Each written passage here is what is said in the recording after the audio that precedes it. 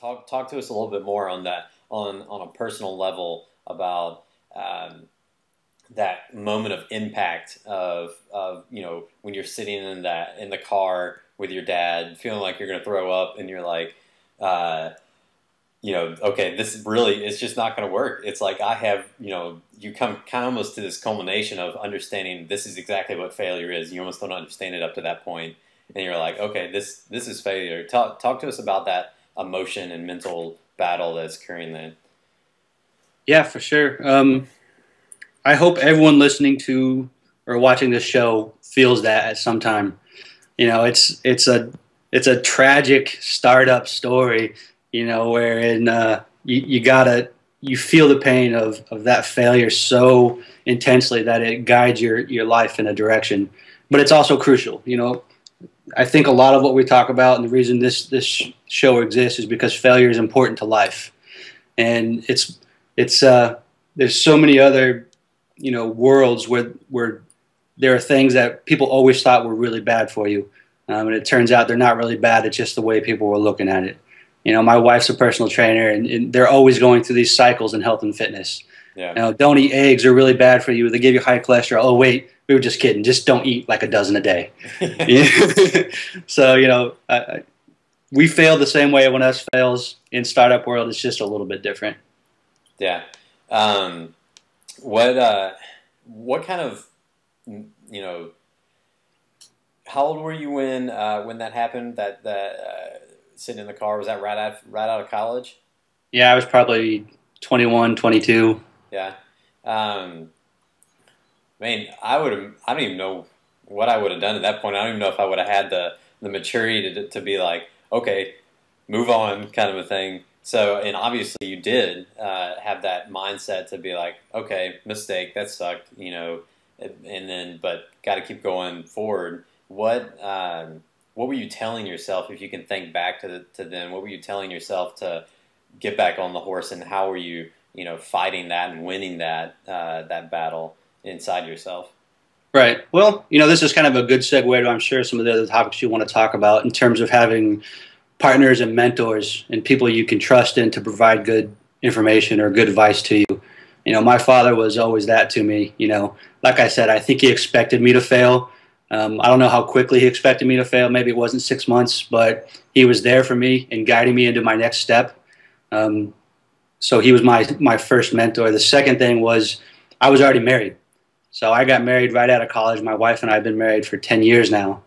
So that's the only thing I did early, I guess, unless you're looking at the 50s. My grandma lied on her birth certificate so she could get married when she was 15. Oh. But that's not normal anymore.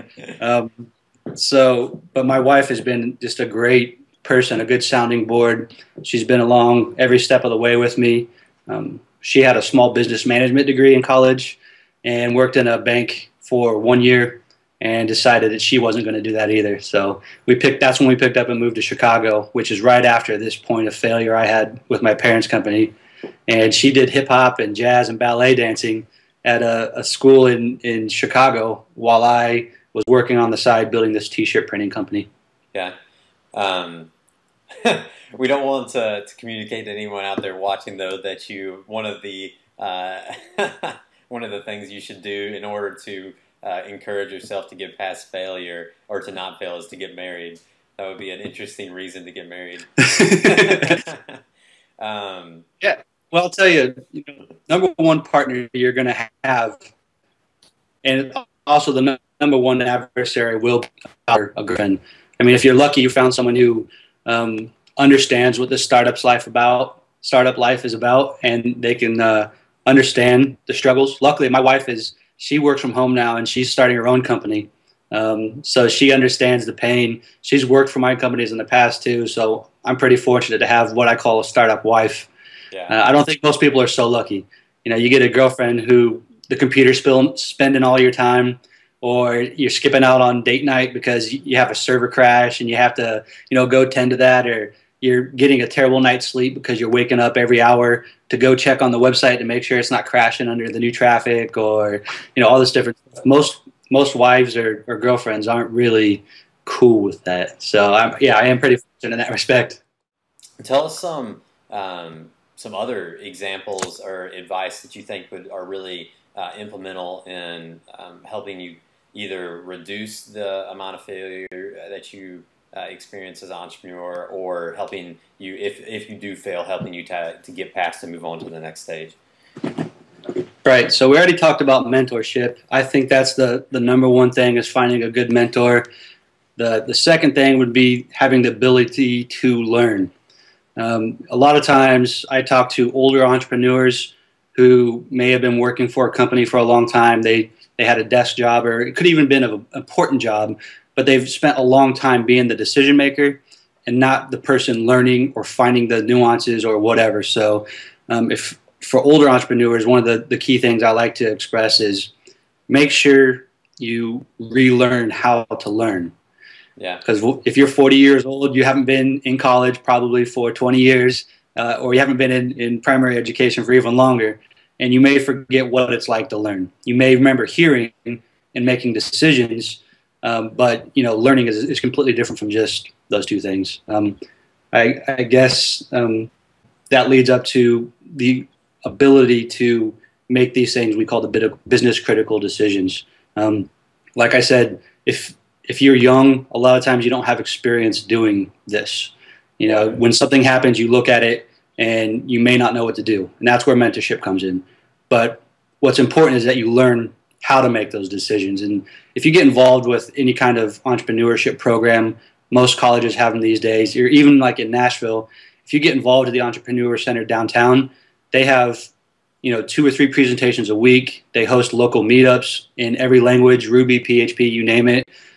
They have series on moving from just being a developer to a founder of a company. There's a lot of great stuff going on, and just opening your eyes and being willing to accept or to learn all this stuff that's out there and apply it to your life or to your business will teach you how to make these decisions in life that will make your startup successful. Yeah. I completely agree, especially on the mentor side, and also to say to anybody out there that's in a position to mentor someone else, really being open, or if you're not mentoring someone but you have experience in entrepreneurship and everything like that. I mean, the young or new entrepreneurs are really counting on that side as well, to be open to teaching and passing on knowledge, like doing video or doing interviews like this through Editing Equation, or whatever other resource online, writing blog posts, anything like that. You really got to convey that knowledge and pass that wisdom on as well. Right, and that's a lot about what the Jumpstart Foundry is about. A bunch of us got together, last year and said, not only how do we make Nashville a better place to live, but how do we pass on the knowledge that we've gained over the years, and how do we be good mentors to everyone else? How do we steward this information to make the next generation people better than us? When I was going through this process the first time, other than my parents, I didn't have anyone I could turn to. Everyone else was working in a factory, or the guys I went to school with they all moved back to our hometown of 3,000 people, and they all thought they were going to be the high school football coach. And just so you know, that guy 20 years later is still the same guy. So yeah. It's not a job that cycles a whole lot for these folks. But yeah, a lot of us have these wounds and these scars from the startup life, and we're happy to pass on that knowledge so young entrepreneurs like yourself can get past that step more quickly and be successful sooner.